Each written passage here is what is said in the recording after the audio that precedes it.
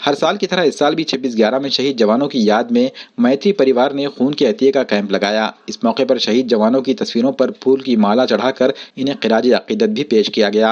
इस कैंप में 100 से ज्यादा अफराद ने अपने खून का अतिया किया।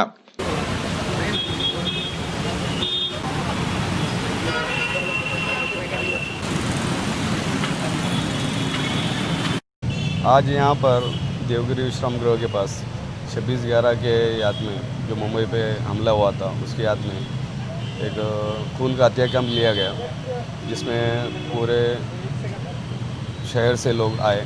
ख़ास तौर पर नौजवान ज़्यादा से ज़्यादा तादाद में थे। यहाँ पर अच्छे से लोग आकर यहाँ पे खून अतिया कैंप दिए, डोनेट करे, और उम्मीद है कि आगे भी ऐसे लोग आएंगे और देंगे।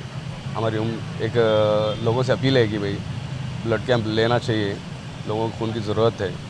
देखना नहीं चाहिए कि क्या है क्या नहीं सो ज़्यादा से ज़्यादा लो और प्रोग्राम को सक्सेस करो, ये उम्मीद है। दरवर्षीप्रमाणे याही वर्षी मैत्री परिवार लेबर कॉलनीतर्फे आज रक्तदान शिबिर 26/11 च्या भ्याड हल्ल्यात मुंबई येथे झालेल्या शहीद जवानांना श्रद्धांजली म्हणून आज रक्तदान शिबिर घेण्यात आले आहे।